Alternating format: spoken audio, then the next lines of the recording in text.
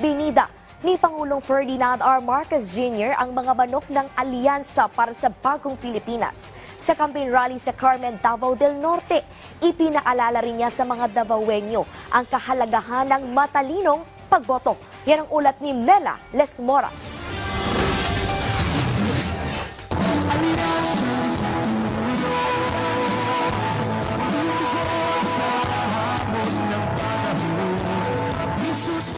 Sa harap ng libo-libong Davaoenyos, buong pagmamalaking ikinampanya ni Pangulong Ferdinand R. Marcos Jr. sa Carmen, Davao del Norte ang mga pambato sa pagkasenador ng Alyansa para sa Bagong Pilipinas. Kabilang na riyan sina dating DILG Secretary Benher Abalos, Makati City Mayor Abby Binay, Senator Bong Revilla, Senator Lito Lapid, Senator Francis Tolentino, dating Senador Manny Pacquiao, dating Senador Tito Soto at House Deputy Majority Leader Erwin Tulfo.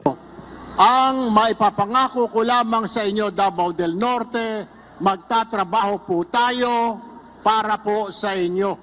Gagawin ko po lahat dahil kailangan po ninyo ng kakampi sa Senado. Sinasabi nagbudots lang daw sa Senado. Totoo, nagbudots lang.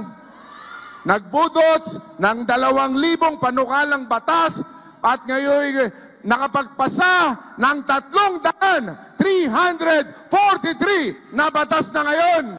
Kasama rin sa mga kandidato ng Alyansa sina House Deputy Speaker Camille Villar, Senadora Amy Marcos, Senadora Pia Cayetano at dating Senador Ping Lacson, bagamat hindi sila nakapunta ng personal sa Davao. Ayon kay Pangulong Marcos, batid na ng mga kalaban ang bigat ng line-up ng administrasyon, kaya't ang ibang partido kung ano-ano nang sinasabi dahil tila natatakot na umano.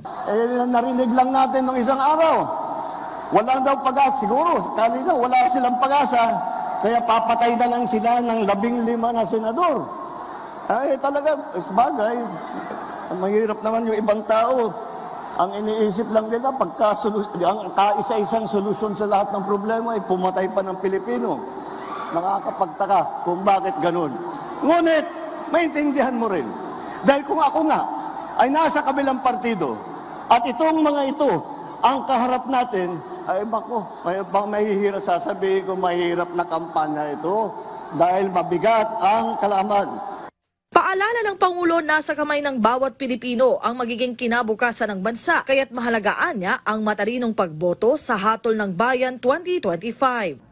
Mula sa mga probinsya sa Luzon, Visayas at Mindanao, mga kababayan naman natin sa Metro Manila ang susunod na susuyuin ng mga kandidato ng Alyansa para sa Bagong Pilipinas. Mula rito sa Davao del Norte, Mela Lesmoras para sa Pambansang TV sa Bagong Pilipinas.